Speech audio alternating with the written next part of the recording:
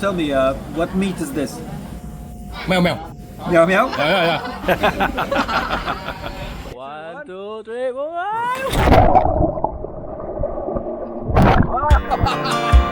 This is one of the most beautiful countryside areas in Vietnam. Huế is often seen as a dreamy land of royal tombs, palaces, and romantic reigns. But 40 kilometers south of the old capital lies a quieter and greener countryside. Names like Truy, Phu Loc, and Lang Co have long appeared in the poems of scholars and travelers from the Imperial city. Today, this video takes us to southern Huế, a place that feels familiar yet strangely unknown.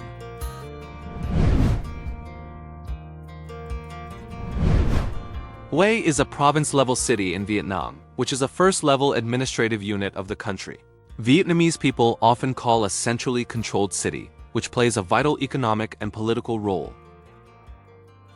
Unlike cities such as Ho Chi Minh City, Da Nang, Hanoi, or Haiphong, Huế is not known for economic power but for its cultural and historical importance.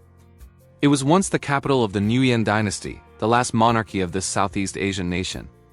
Here the globally known name Vietnam was officially created. In February 1804, Emperor Gia Long declared the national name Vietnam at the Imperial citadel. This city also witnessed the end of the monarchy. On August 30th, 1945, the last emperor abdicated here, ending the Nguyen dynasty and more than 1,000 years of monarchy in Vietnam. That September, Vietnam became a republic, and Huế handed over its capital role to Hanoi, the nation's capital centuries before. Today, Huế sits in the center of the country. It borders Da Nang to the south, Quang Tri to the north, Laos to the west, and the East Sea to the east. It lies about 640 kilometers south of Hanoi and 1,010 kilometers north of Saigon. We begin our journey in Da Nang, Hué's neighboring city. Da Nang developed later, but urbanized quickly, with a modern skyline and energetic lifestyle. The city along the Han River is now a major economic and transport hub of central Vietnam. Mike, a Polish friend and former YouTuber, now runs a business and plans to settle here. We are heading north toward the Bạch Mã range, whose highest peak rises 1,444 meters above sea level. These mountains form the natural border between Da Nang and Huế. In the past, this was one of the country's greatest geographic barriers, separating territories and cultural regions. The road crossing these mountains is called Hải Vân Pass. For centuries, armies marching south, royal messengers, merchants, and wandering travelers all crossed this very route. Hai means sea and Van means clouds. The steep, dramatic pass features mountains dropping into the ocean with thick fog covering the area, making earlier travel extremely difficult. The route we are taking was once part of the ancient north-south Mandarin Road, which existed before the 10th century. In 1402, Emperor Ho Han Thuong ordered repairs and expansion of the road from Thanh Hoa to Hoa Chau, now Huế, the north part of Hải Vân Pass. During the rule of the Nguyen lords in the 17th and 18th centuries, the road stretched farther south with Vietnam's expansion. We are climbing the pass now. Soon a friend from Hue will ride over to meet us. We stop briefly at a small roadside cafe called Hun Da Tuyen, means boat rock, named after a large curved rock shaped like a boat facing the sea. We can stand on it. Below the mountains is the coastline marking the northern edge of Da Nang Bay. From halfway up Hải Vân Pass, the entire bay appears like a giant arc embracing the city. In the distance stand the downtown skyline and Thuan Phuoc Bridge across the Han River mouth. The sea here is calm and bright blue, protected by green mountain ranges stretching to the water's edge, creating one of the most beautiful and sheltered natural bays in central Vietnam. This strategic location has long made Da Nang important for trade and shipping. Nearby, construction is underway on the massive Lang Chu container port project, worth more than $2 billion United States dollars. My longtime friend Vin arrives on his motorbike to guide us onward. As we descend the pass, we officially enter Huế. Another bay opens before us, even more majestic than the last. Huế covers a vast area of over 4,900 square kilometers, quite different from the idea of a typical Western city. The population is sparse, with only around 1.4 million people.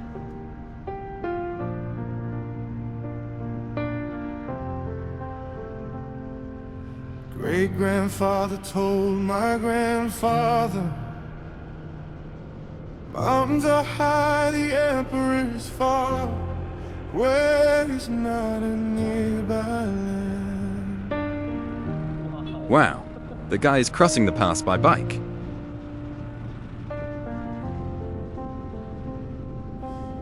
Grandfather told my father, the emperor once came to the southern plains, so where is no longer far away.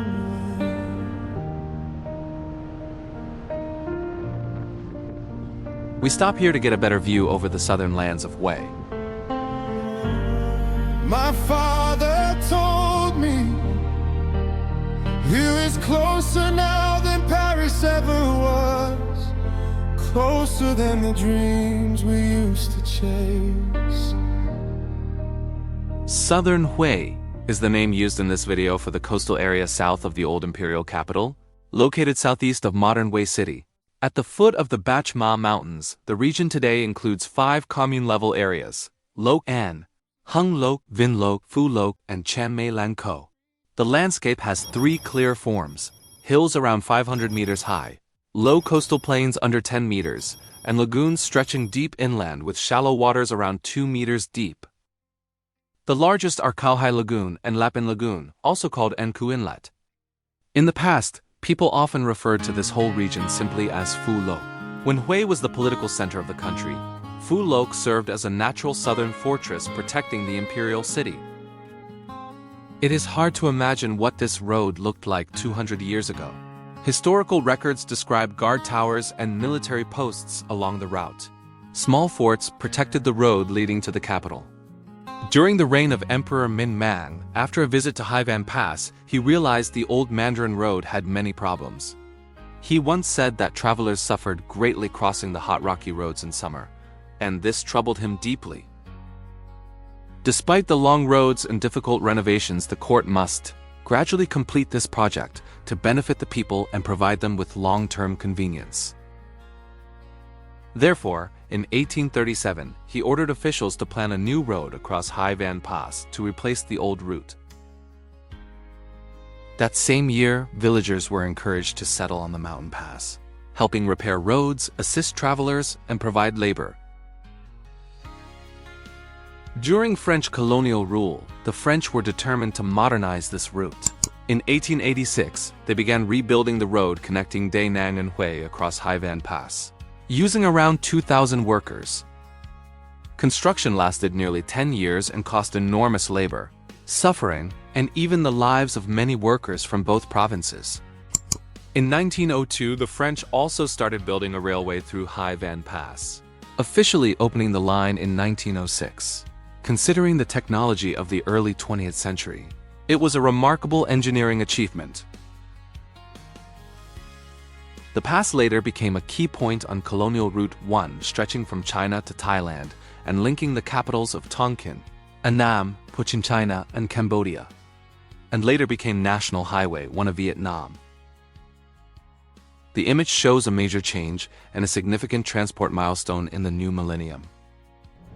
In 2005, the Hải Vân Tunnel officially opened to traffic, becoming the longest road tunnel in Southeast Asia at the time of its opening, and one of the world's 30 largest road tunnels back then. The approach road on the Hue side crosses Lapin Lagoon on a twin bridge system, following a different route from the Mountain Pass Road. The entire Hải Vân Road Tunnel project has a length of 12.047 kilometers, with a permanent design and a design speed of 80 kilometers per hour.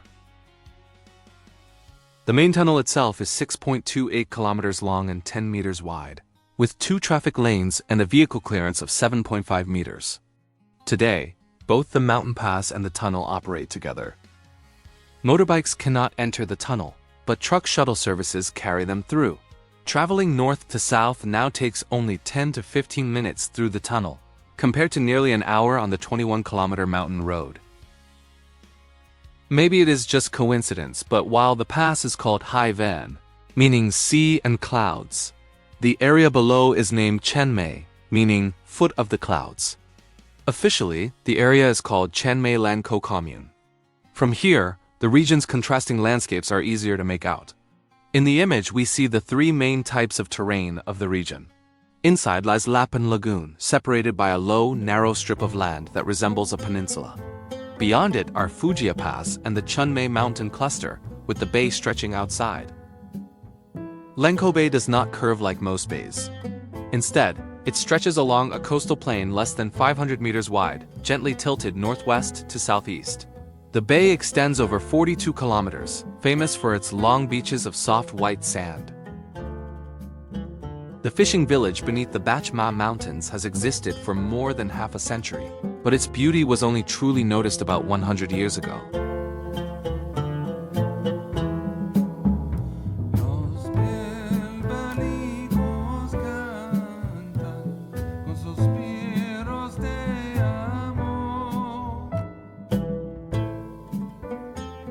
During a royal trip through central Vietnam in the summer of 1916, Emperor Khai Dinh stopped at Lang Co. The area attracted attention because of its rare mix of sea, lagoon, and mountains, while still being close to the imperial capital, ideal for a summer retreat. After the trip, the emperor ordered the construction of a royal summer residence here called Tin Vim, meaning reducing the heat. In 2009 at Setúbal in Portugal, Lanco Bay became the 30th member of the world's most beautiful bays club, joining famous names like Mont Saint-Michel Bay, San Francisco Bay, and Ha Long Bay. Today, Lanco is a prosperous coastal village that feels more like a seaside town. Homes stretch along the highway and lagoon shore, mostly low-rise buildings beside floating seafood farms and small fishing docks. The traditional local economy is tied to nearshore fishing, oyster farming, and cage aquaculture. Tourism services and transportation also play an important role.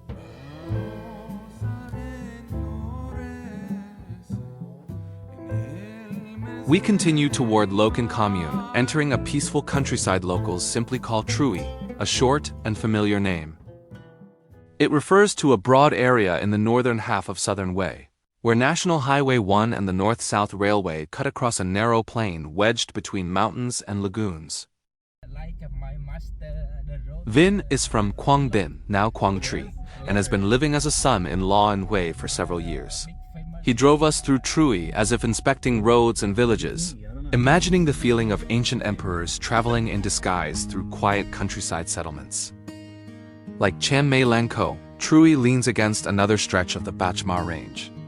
Ahead and to the right rise dark green mountains, their peaks hidden in mist year-round. Beyond the jade-colored water lies not the sea, but Khao Hai Lagoon, while behind it all stands the imperial capital. Trui has a small railway station of the same name, a passing point on the North-South Railway, because Vietnam's historic railway from the Indochina era still runs on a single track. The railway lies to the left of the highway when traveling from Saigon toward Hanoi. We are now at kilometer 715, more than 1,000 kilometers from Saigon Station at kilometer 1,726.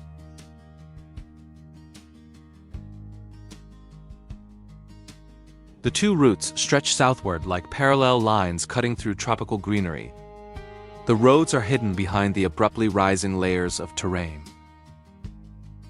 Imagine being part of a royal expedition ordered south by the emperor. Would we even know what lands lay beyond those mountains?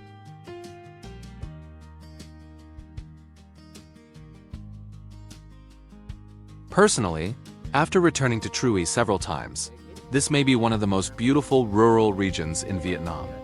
That is why I brought Mike here to see it for himself. Trui grows sweet, fragrant jackfruit. A man who marries here never wants to leave. The old folk verse fits Vin perfectly.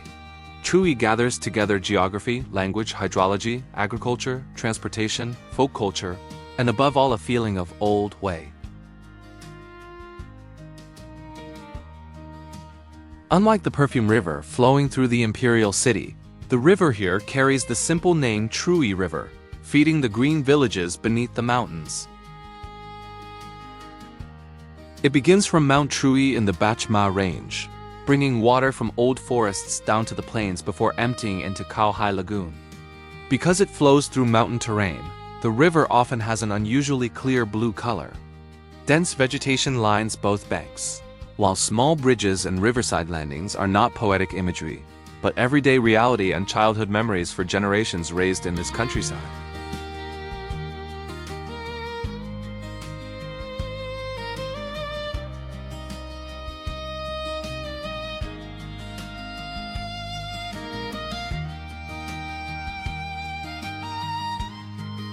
Villages here have existed for centuries. In the early 1860s, official Tram Din Tusi and military commander Le Dong mobilized local villagers to build a dam across the Trui River, blocking saltwater intrusion, storing freshwater, and irrigating the plains below. The project transformed many fields from one rice harvest into two, turning Anong and Luang Dieng into one of southern Hué's most fertile agricultural regions. Perhaps that is why folk wisdom says, Trui has vast and fertile rice fields. Those who want white rice should marry into Trui.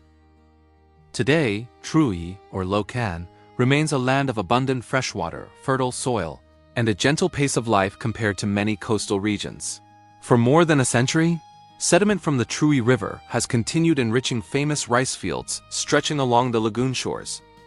In traditional farming terms, these were considered first-class fields. Along the riverbanks, people plant acacia and bamboo to hold the soil together. Would you like this? Is something wrong? Step on a thorn? What's that? Yeah. Oh, you just stopped on that? Oh shit. Yeah, I'm trying to. Let me check. Many thorns.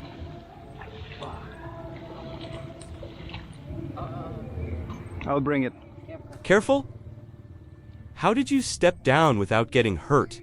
Honestly, as rivers around the world face increasing environmental pressure, finding one as clean as the Trui River feels increasingly precious.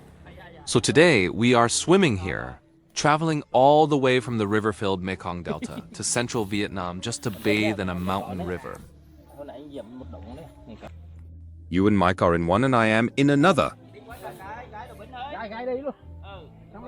Give him.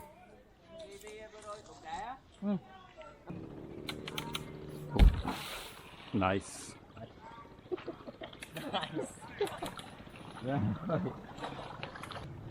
I do first?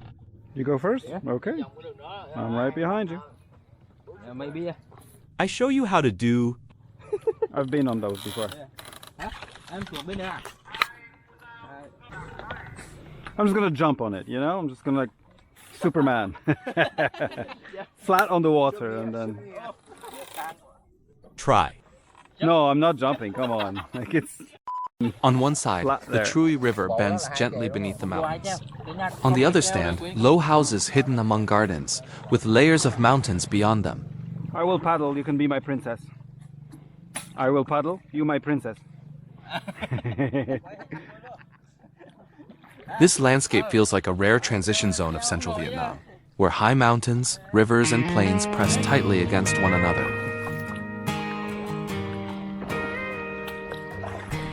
The Trui River is 24 kilometers long, with a drainage basin of 149 square kilometers. Here, the river is about 80 meters wide. Its average gradient reaches 34.5 meters per kilometer, roughly 3.5%. The carp. Is there a lot?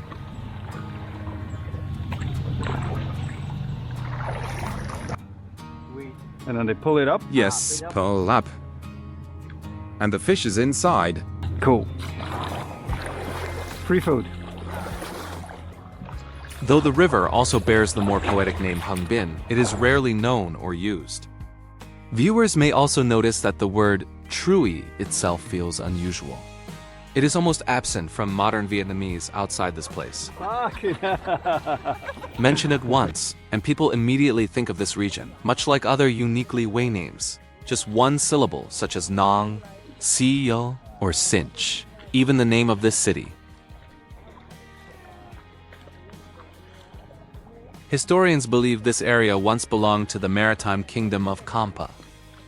Over centuries, indigenous communities and settlers blended together, leaving behind place names shaped by many cultures. Lush nature and the girls here are also said to be beautiful and hardworking. Hi. Perhaps Mike might even consider becoming a son-in-law here himself. Nice. Girls are looking at you? They're okay with becoming foreign brides now. Where are you boys swimming to? What are they saying? Come, come. Come join. He invites you girls to join in. What? He invites you. Okay, okay. Okay, come. We need more.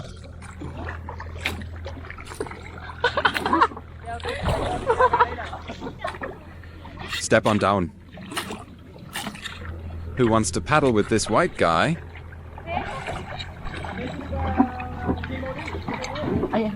Are they coming to us? They're just joking. I know.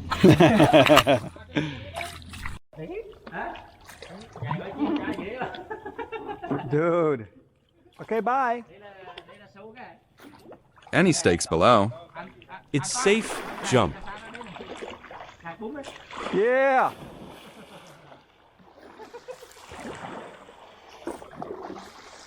Have you hit the bottom yet? Not yet. Really far down.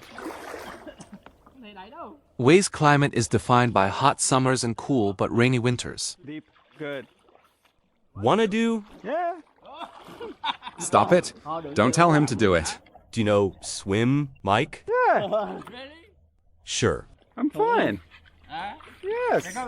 No, no, no. Dangerous. Nguy hiểm lắm. Yeah, I'm gonna jump. Ngon. Don't let him do. He cares about you. Yeah, he's kind of like I'm driving the bike and he's constantly like, no, be careful, be careful. Like, dude. Okay, okay. All right, let him do it. Be careful when you jump. Yeah, you film me. Chắc là đã lên nổi không đấy? Can he even climb this? His muscles are literally shaking. Looks so weak. You know, it's deep. So deep? Good. Okay. Okay, 1, 2, 3, 4.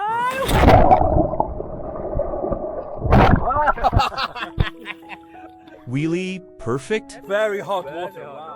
Hot water. Very hot. Nóng à? We are now in the peak of the dry heat season, with daytime temperatures reaching 36 or 37 degrees Celsius. The upper layer of river water feels surprisingly warm, yet just half an arm's depth below, the water turns cool and refreshing. What's fascinating about Truy is that despite sitting on Vietnam's main north-south corridor, it still feels isolated. From the river, mountains still cover almost the entire horizon. Beautiful view, cinematic. In the past, officials and wealthy families built retreats here partly because it was close to the imperial capital, yet cooled by forests and streams. Watching birds return toward the mountains at sunset, it becomes easy to forget politics, obligations, or even the feeling of being inside a centrally governed city.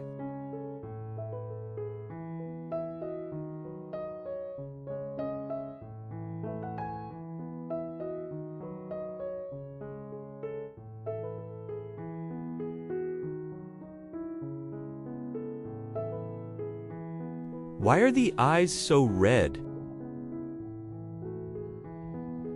My eyes? Because of fresh water. That bird is on the power line. Can you see?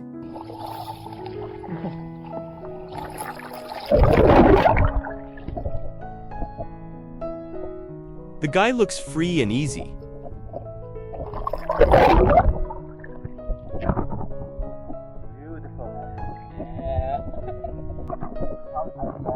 Mosquito, mosquito? Return.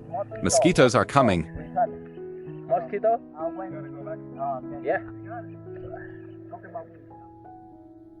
Why do mosquitoes travel such long distances?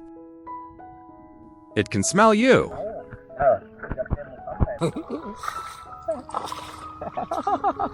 Lazy man.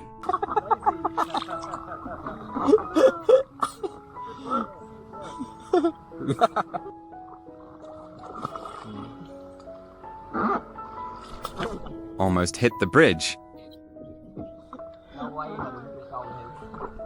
Head against concrete. Jump again? Nope.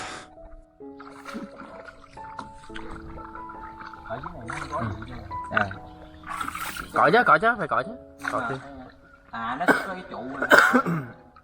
Cái này nó chỉ liên kết ba cái thằng này lại thôi. Chứ nó dưới này. Đúng rồi đó. Chắc làm được đó, để cho anh chắc chắn đó.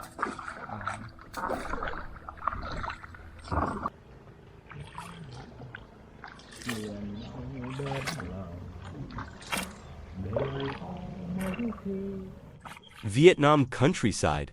Feeling a little bit hot? Actually, this is cooler now. No? Okay.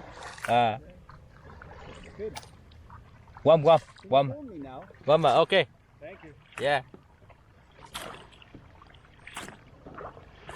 Very nice view behind me right now.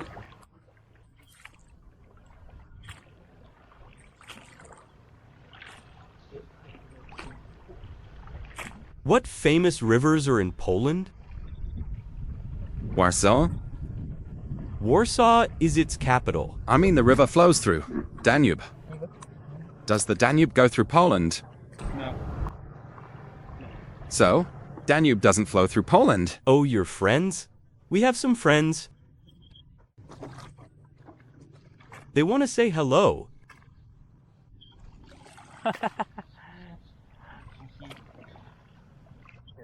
They find a place to sleep. Oh, many. Over there.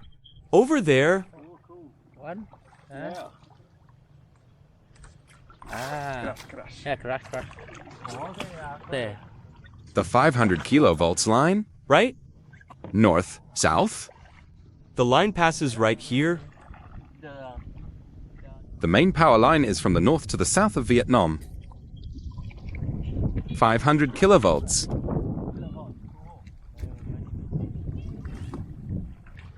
Many, many storks. I don't know where they're from. Yeah. Yeah. He said, "Close our mouth. The birds will poop on us." The great water management works carried out in Phu Loc district in the 1860s were recorded in historical documents. Ledong was honored twice by the Hue Court during the reigns of Duy Tân and Khai Dinh. This land has also produced many notable figures across different fields, including a general who later became president of Vietnam after reunification. The center of Truy, Loc An, lies along the lower section of the river, where waterways meet the old north-south routes, about 4 kilometers from the river mouth. It is a landscape balanced between houses and dense greenery. Beside the river sits a small but orderly crouching market, selling famous Huế dishes in the most humble way possible, even foods once served to emperors. If northern Vietnam is known for pho and bun cha, and the south for banh mi and com tam, then bún bò Huế is perhaps the defining dish of central Vietnam. The dish was born from Hue itself, the seat of the Nguyen dynasty for more than a century.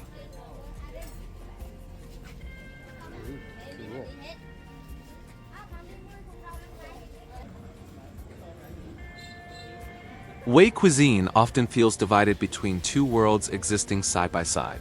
One refined and royal, the other humble and deeply local, found in street stalls or small markets. 3 people, 3 bowls, right? Right? Vietnam is famous for noodle soups, and the soul of bún bò Huế lies in its broth. Last month, there was this YouTuber. I forgot his name. Apparently, his name is Viet. He filmed around here. There's a Polish guy here? Do you eat spicy, sweetie? Lots of spice.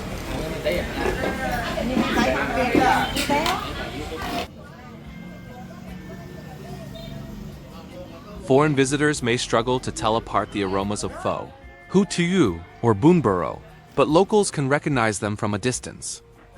The broth is simmered for hours from beef bones over low heat to create natural sweetness. The distinctive aroma comes from lemongrass and Huế shrimp paste. Huế-style broth is usually spicier than versions in Hanoi or Saigon. People in Huế eat this dish at almost any time of day. Quail eggs, yes? According to folk stories and historical accounts, the dish is tied to Van Coo village, famous for centuries-old noodle-making traditions. At first, it may have simply been a meat stew served with sticky rice during village ceremonies. Later, people paired it with noodles instead, gradually shaping the modern bowl of bún buro Huế.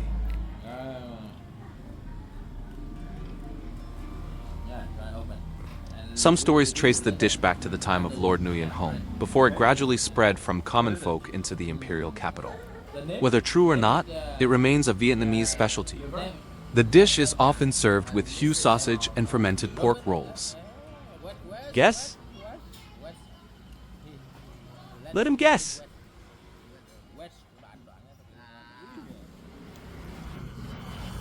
Kidney or liver? Kidney? That's organ, right? This is organ? Does this have liver in it? No? This is not organ? Okay. Made from what? I don't know. Auntie, what is this made from? Ground lean pork. Why is it so crunchy? So what is it? Guess? I don't know what this is. Yeah, it's okay. It tastes a bit like an organ, but kind of like a sausage.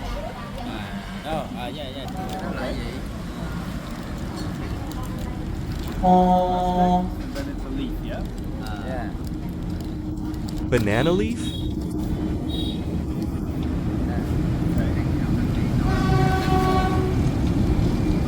It's like sausage.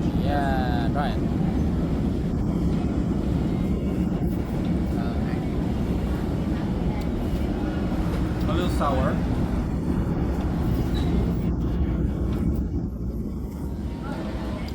Yeah, so this is like a kind of ham sausage, but I'm not sure what it's made of. Ham, yeah? We don't cook it. Without cooking, this is raw skin. We put lean ground pork inside the leaf. Banana leaf. After 7 days, we can eat. Gotcha. Okay, it's like bacon. Bacon is also smoked. Raw and then they smoke it. Chopsticks, please. They're for this Polish YouTuber here. Okay, can you? Right? So this is stomach. Beef. Okay. Sliced beef. Yeah, okay.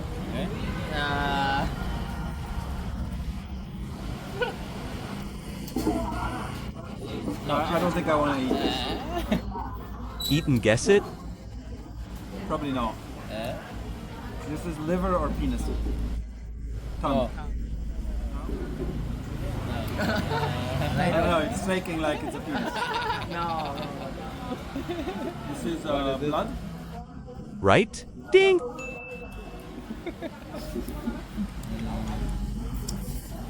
Put here, if you don't like. Okay. Thank you.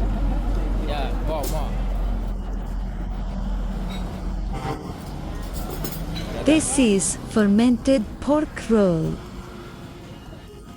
This is Hugh-style pork sausage.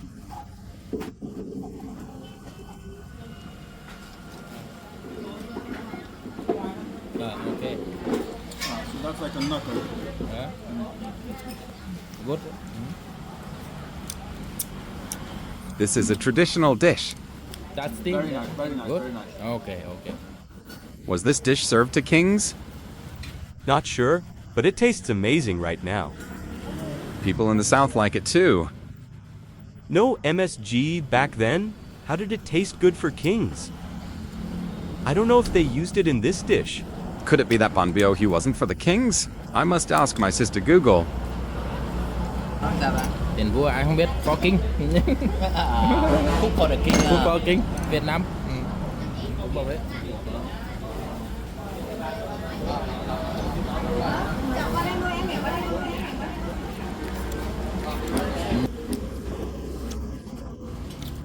What is this called?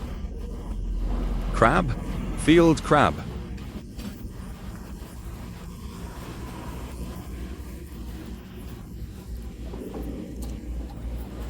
So tell me, what meat is this? Meow meow? Meow meow?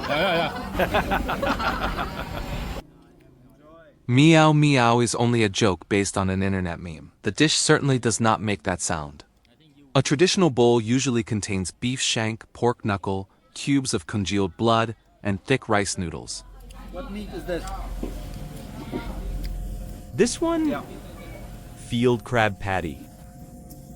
Rap. I'll ask you again, say meow meow. Okay.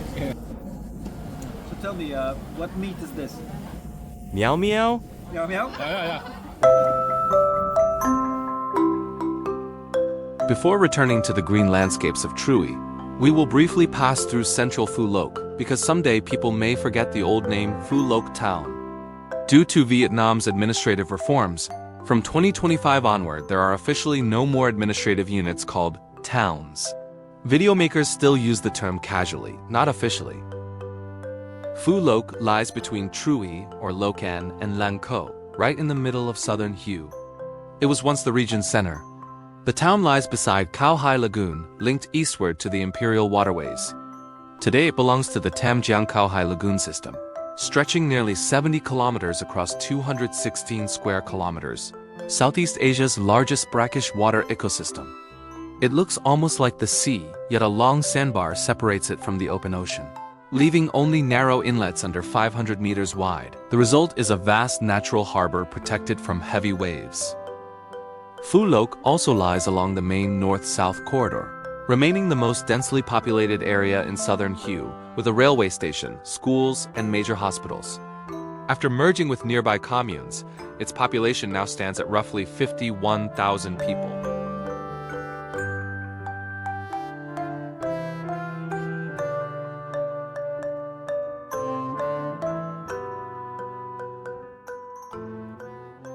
Three kilometers north of Truy Market along the highway stands a famous local restaurant, often crowded with customers.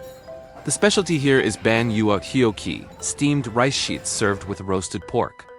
The rice sheets themselves are a common breakfast food, made from rice flour mixed with tapioca or cassava starch, creating a filling and satisfying meal. Today our group gains another member, Ni, a friendly neighbor. We are heading into Bach Ma National Park. The road lies 30 minutes from the villages by motorbike, passing through forests of acacia, jackfruit, and bamboo. This is the upper watershed of the Truy River. Continuing the water management traditions of earlier generations, modern engineers also sought ways to control and use water more effectively. This is Truy Reservoir, built in 1996 to store water and regulate flows downstream. In the middle of the lake stands a beautiful Buddhist temple complex, accessible only by boat. People from Hue, especially in the south, speak with a deep and gentle accent that forms a distinct regional dialect.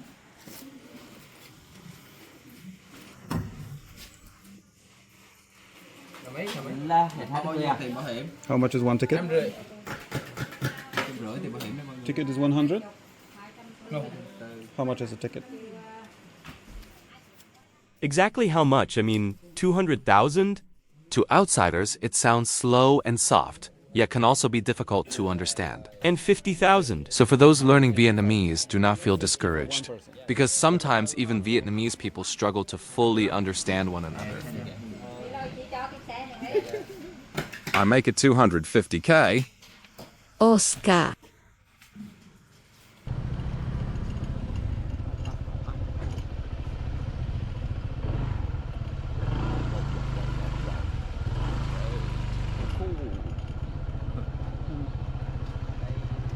Is Vin pronounced Vang in the Way dialect?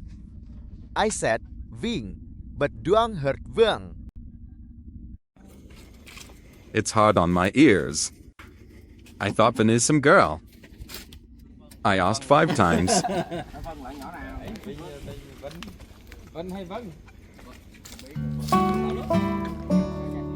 The flat-nosed boats painted green and yellow resemble the dragon boats that run along the Perfume River in central Hue. This is one of the city's largest irrigation reservoirs, resting halfway up the slopes of the Bạch Mã Mountains. It covers around 400 hectares and holds nearly 60 million cubic meters of water. Cái thuyền nó buồn cười quá. Cái thuyền, cái đó giống như cái phà luôn. Cái phà cái kìa, cái kìa. Đó, rồi cái phà thiên. Cái phà. Ấy chờ ô tô đó ha. À. Đấy, cái phà này chờ ô tô. Ô tô đó. Vậy? À. Phà đó. Phà đó, phà cua đó. Ừ, cái đó phà, còn này cái đò này.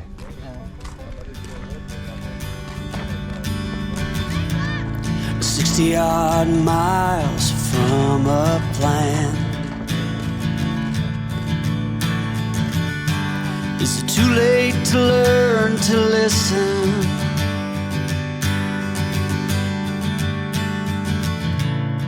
Too late to be less a man. How many yesterdays are between us now?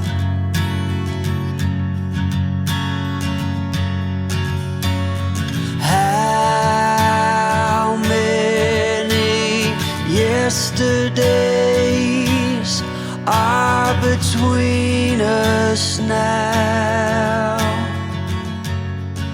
The lake shines jade green, gathering water from countless mountain streams.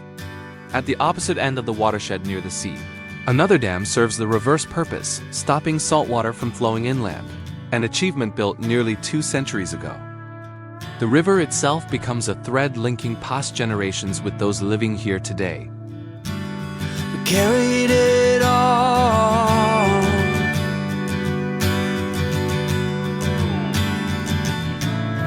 cobbling miles as we go,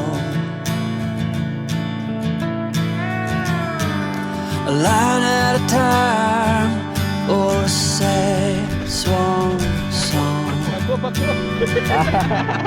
offering up purple prose, and I'd find you if I could, invite you to the final act. We are now traveling through the core forests of Bạch Mã, part of the Anamita Range, one of the richest forest systems in central Vietnam. For centuries, these mountains were known for vast forests of precious timber growing along cool and humid slopes. Species like ironwood, rosewood, meranti, and ancient giants once covered these mountainsides.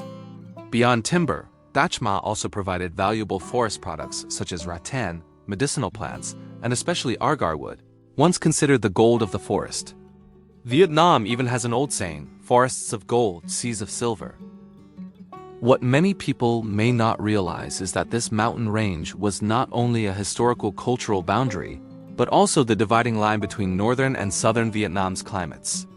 Traveling north from here brings a climate closer to Hanoi, with more distinct seasons.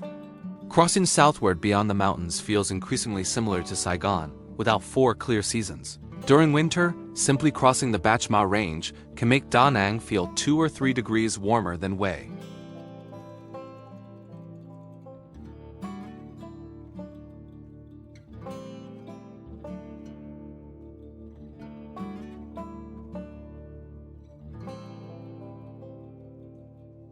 As we know, Hue is also one of Vietnam's rainiest regions. When humid air collides with the Bạch Mã and Anamita Mountains, it is forced upward along the windward slopes. This process creates persistent rainfall across the region. This unique topography causes Hue's heaviest rainfall in Vietnam, shaping the long rainy seasons characteristic of the old imperial land.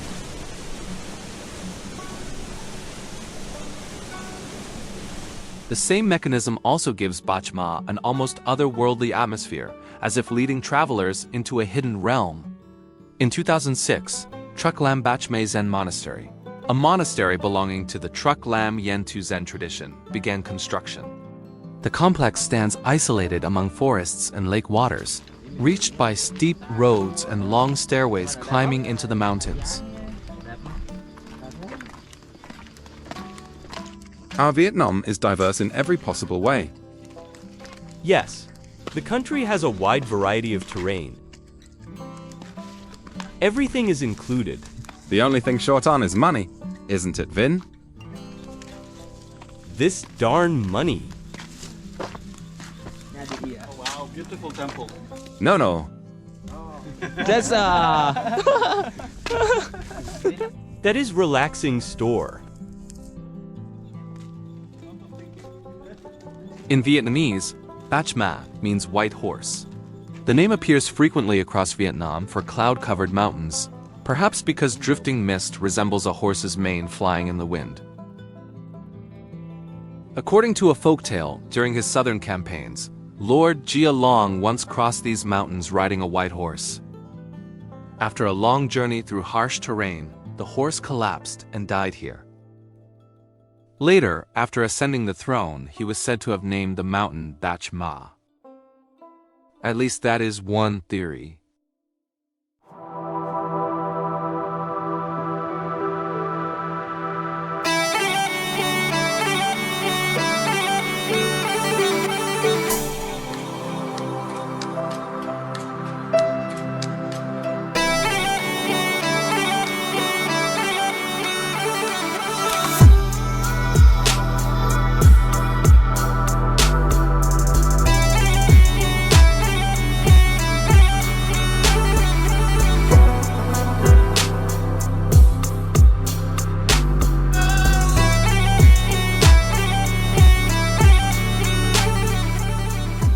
In 1932, French engineer Jacques Girard explored Mount Trui and gradually pushed deeper into Bach Mã. Soon afterward, a mountain resort town was nearly completed with 139 villas, because Europeans struggled with the tropical heat of Vietnam's lowlands.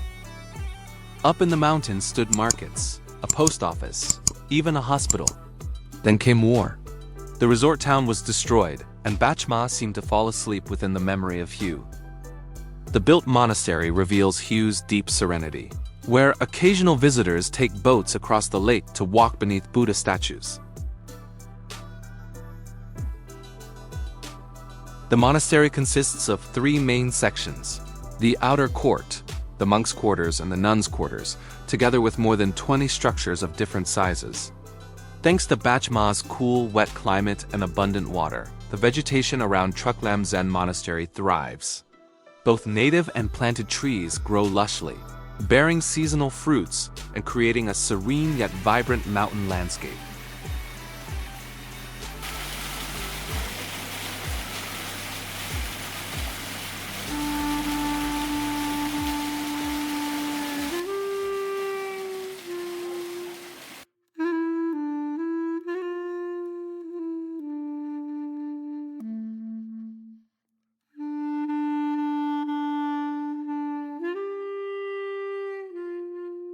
Directly before the monastery stands a massive stone statue of Gautama Buddha, rising 24 meters high and weighing around 1,500 tons. The statue sits atop a hill facing the lake, following the classic East Asian Buddhist principle of leaning against mountains while facing water. During high water season, the hill resembles a small island. From afar, amid endless forest and jade-colored water, the Buddha appears almost like a landmark for the entire region. Beyond its spiritual meaning, the monument also creates a strange feeling of space, almost like the ruins of a hidden civilization resting silently within the mountains. My father told me you is closer now than Paris ever was, closer than the dreams we used to chase. The monastery grounds are extraordinarily quiet. An afternoon nap beside the lecture hall feels therapeutic, carrying people into a world of stillness. Now I stand beneath the Buddha, under the ancient roofs of the old Imperial land. Green trees dancing in the wind from the eastern sea. Visitors to Truc Lam Bach Ma Monastery are only transported across the lake between 7 a.m. and 4 p.m. I think about the ones long gone, their footsteps fading through the moss and stone. I think about my great-grandfather. Afterward, boat service stops to preserve the monastery's silence for chanting and meditation practice.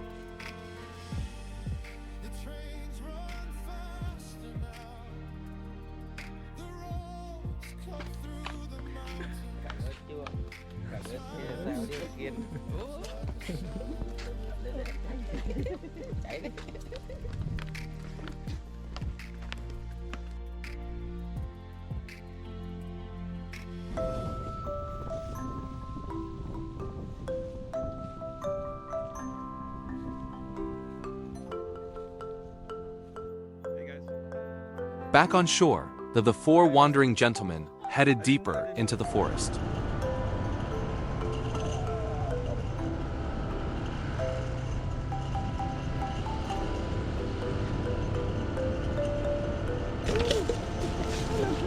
Kìa kìa.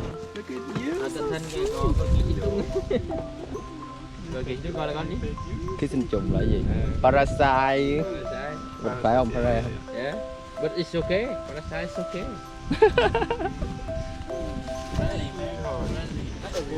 Con đi đàn đi, con đàn lắm. Kìa. Ấy bò kìa. Oh. Need a lot of Back. someone needs to brush him. Okay, kommen wir US?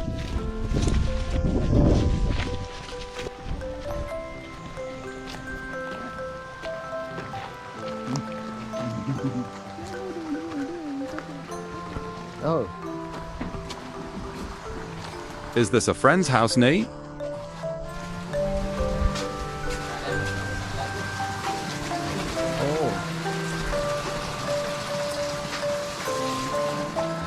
A natural bath used by locals, which I might never find my way back to. The water is directly sourced from the fresh, cool streams flowing down from the high mountains. Pure nature. Go ahead.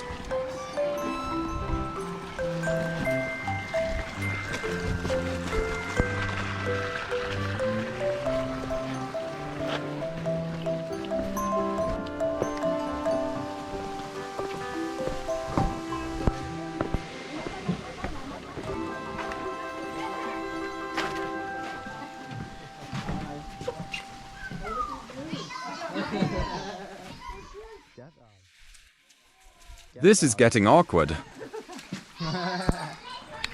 Under the scorching central Vietnam sun, this is truly more precious than gold.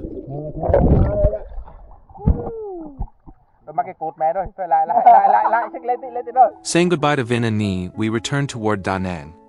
The evening road along the old north-south route carried the misty weather of the Imperial lands. It reminded me of lyrics written by songwriter An Viet Thurs, a son of southern Vietnam. Clouds around Hai Van drift beside jade towers. Evening falls, sunlight pours across shoulders, sad skies and clouds cross distant passes and endless roads.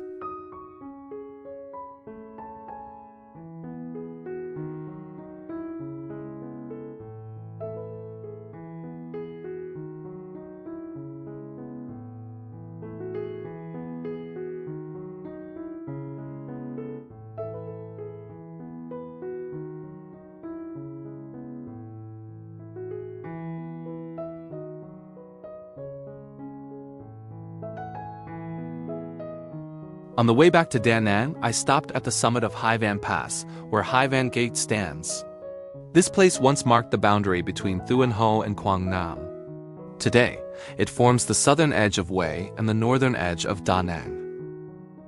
In the 7th year of the reign of Minh Mang, corresponding to 1826, Hai Van Gate was constructed as a fortified military outpost. Sitting atop Hai Van Pass at 496 meters above sea level, it once guarded movement between two of central Vietnam's most important regions.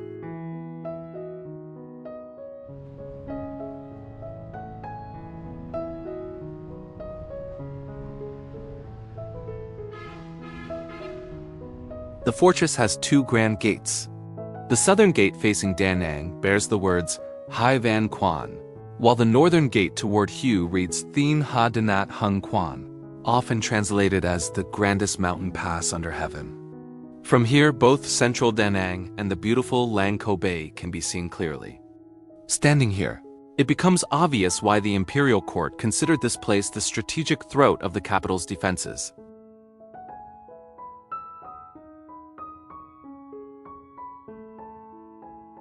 Exactly 2 centuries later, Hai Van remains wrapped in clouds, suspended in the dreamy silence between earth and sky. The footprints of those from times long past have perhaps faded away. But in the May weather, as the seasonal rains of the southern climate begin, the Hai Van peak still echoes with the sounds of wind and clouds, bringing the experiencer into a world of myths surrounding the caravans of people who entered Jia Din and Hatien.